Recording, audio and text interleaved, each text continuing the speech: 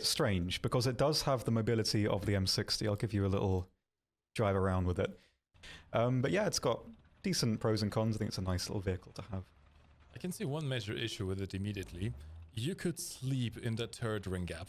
That is yeah, it's a hefty neck going on there.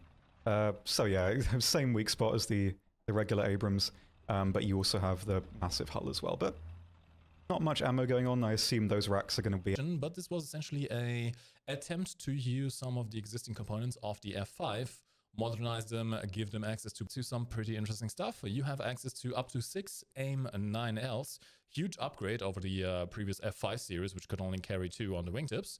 And you also have a radar and access to the AIM-7F. However, do keep in mind, I think where this aircraft is going to shine most is in energy retention. Since it has such a light airframe, such a small airframe, and such a powerful engine, I have a feeling you will be able to turn for quite a while. 13G, let's reset our G lock. 14G. Again, keep in mind the flight model may be placeholder. It may in fact break its wings off at these kind of turns when it comes to the live server. Just German stuff, and this is like peak crust German. This is the say the line. Zerstörer 45. Absolutely. So this is one of Germany's final anti-air projects. So this during the 30s when they realized the B version didn't quite have enough firepower because the previous B version just has the machine guns in the nose. And light attack jet aircraft, also used as a trainer. As you can see, it is a twin-seater. Currently occupying a battle rating of 9.0. Now, this aircraft does not have any countermeasures. You also don't have any guided munitions. However, you do have a 27mm cannon with 150 rounds. You have access to it occupies in the tech tree is as does right after G91 R3. And the M4 Schelke. This is a later version, and functionally, in terms of the main cannon armament that it usually has, it's exactly the same. So I didn't crash into a tree just yet. We have a new SU-25 model. This is the SU-25 TM something. I forgot the name. I'm sorry. The SU-25 SM3. Proper thermal vision for your guided weapons. This should be an absolute beast in ground RB. I got to go for this guy. It will track moving targets. Absolutely no issue. The missiles do a bit of lofting as well if you fire them at further ranges. I'm not sure what the exact maximum range of these missiles is. This is a tech tree aircraft, by the way. It will occupy the position right after the Su-25T. На примере вот советской новой новинки, да, это... стоп. Ну и заодно немного расскажем про Т-80УД.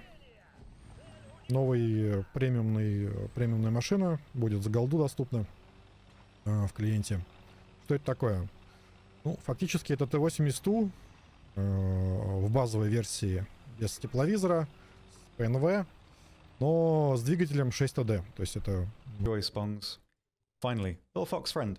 So this is nice. I don't know exactly how strong it's going to be, but... Keep that in mind. And the missiles, once they have a fairly long range, the targeting, the tracking isn't exactly the most reliable, and they're also not very maneuverable. They do have a fair amount of explosive... Challenger 2, детализация. Заметно более детальная часть в области маски. Где-то получила больше сильного габарита, где-то появились некоторые уязвимые зоны, но вот можно рассмотреть, вся эта часть была обновлена, она еще в процессе обновления, да, тут не обращайте внимания. Вот. Так что работа ведется, и к мажору все Challenger 2, как мы обсуждали, получат 90 Fuji. So effectively it's a cosmetically different Type 90B, basically. So it's boat time, Mike. It is indeed. This is the IGN Mutsu. Well, it has the biggest guns in the game now. Yeah. However, you don't have pure HE shells. So you have the SAP, which has 48 kilograms of a TNT equivalent. It's actually less than some of the other battleships with lower caliber cannons. But you have a very, very powerful AP shell here with 732 millimeters of penetration at 1 kilometer distance. Yes. This is, in terms of playstyle, similar to the BMP-3. You have a 100 millimeter. You have access to APFSDS for the 30 mil, as well as a selection of other rounds for the 100 mil. You got access to thermal sights, scout. It classifies as a light tank, so you can scout the enemy. You have a laser warning receiver, which is also fairly useful. I'll show you the Centauro RGO. Basically, much like a lot of the premiums, it's very, very similar. I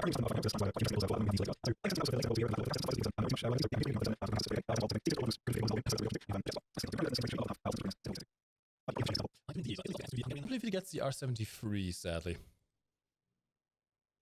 This is what you can take out. At present. Oh, something that may be very interesting to the Spookstons T9. It is a C variant, so it is similar to the Odyssey variant we already had in the game. You got some new Mavericks, the AGM-65G and the AGM-65H.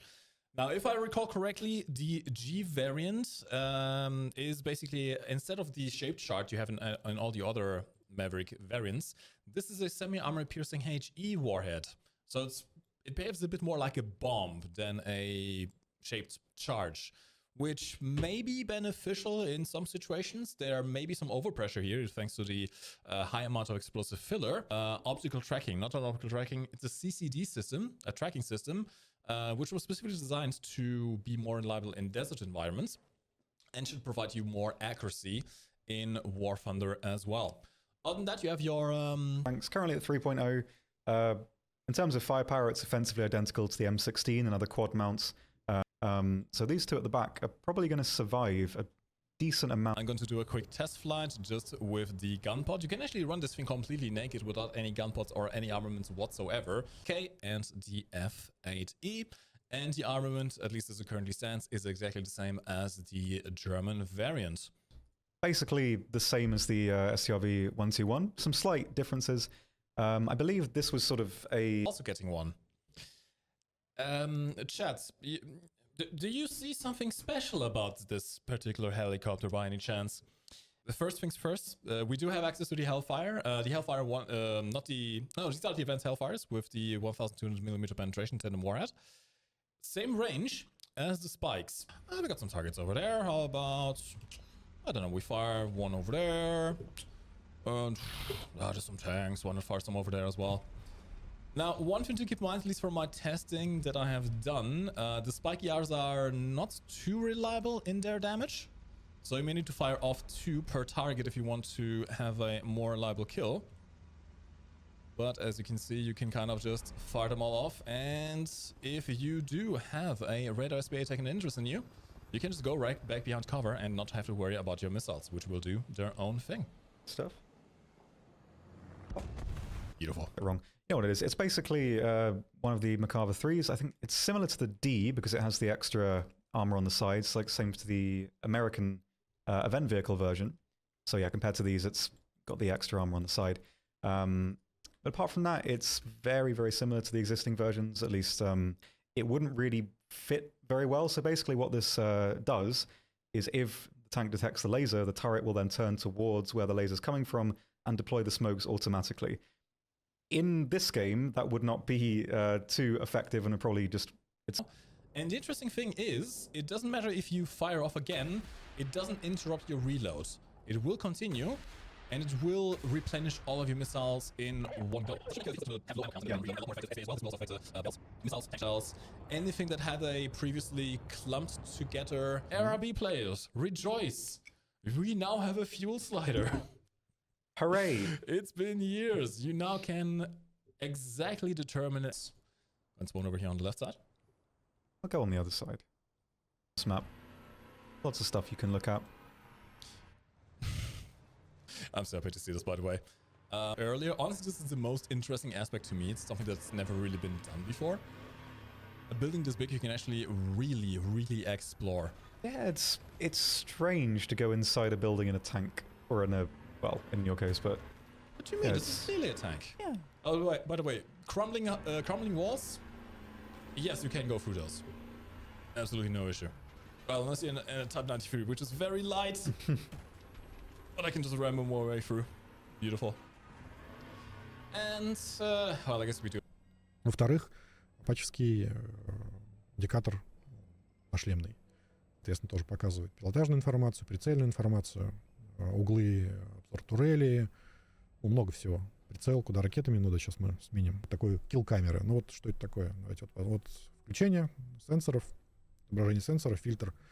В этом режиме включается отдельный свой рендер, который убирает всякие объекты, которые не особо важны. Сейчас он вырубает еще момент переключаться. Да.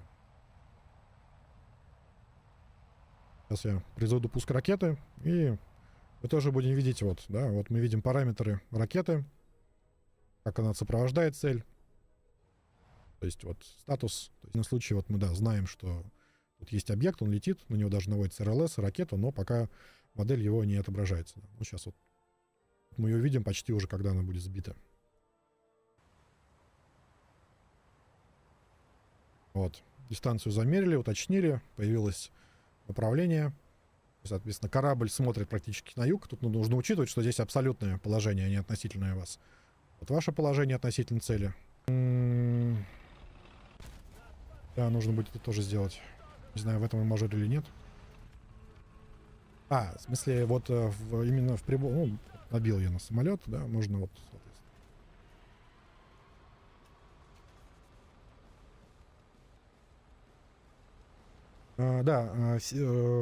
Параметры ракет, ракеты, бомб, оружие, воздух, поверхность также будут отображаться, будет видно, куда она наводится.